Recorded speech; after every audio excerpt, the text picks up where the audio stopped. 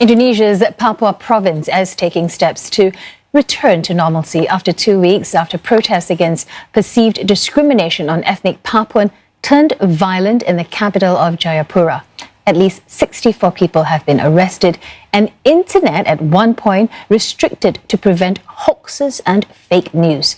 Chutney Vavani visited the country's easternmost province on a media trip sponsored by the police and filed this report.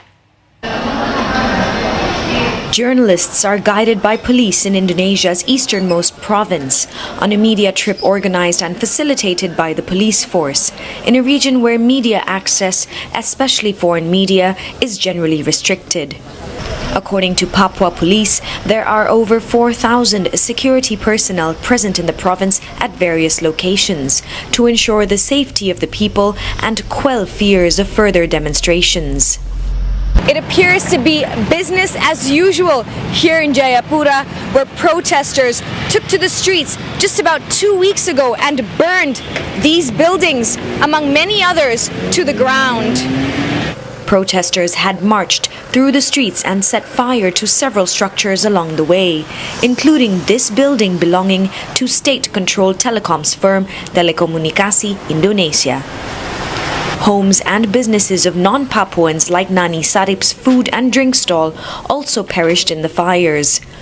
Originally from East Java, Nani has been living in Papua for the last 26 years. Papuans I approached declined to be interviewed on camera. Off camera, they spoke of the hurt they felt in the aftermath of the alleged racism incident in Surabaya, where Papuan students were allegedly subjected to racist words by the East Javanese and some members of the security force. There was talk of simmering tensions which also exist among different Papuan clans, particularly between those living in Papua's mountainous regions and those in the coastal areas, who often stand together with migrants from other parts of the archipelago. Kita menyekat antara orang yang lokal maupun yang korban dari kerusuhan itu, sehingga tidak terjadi pertemuan antar mereka. Tetapi itu berlangsung hanya 1-2 hari, kemudian sudah tidak terjadi lagi. Itu yang kita lakukan sehingga tidak terjadi konflik horizontal selanjutnya. In a province with over 3 million people, majority of Papuans are Protestants, and religion plays a key role in the region.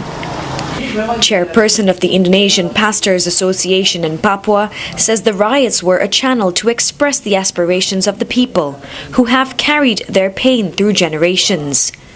Despite abundant natural resources, Papua and West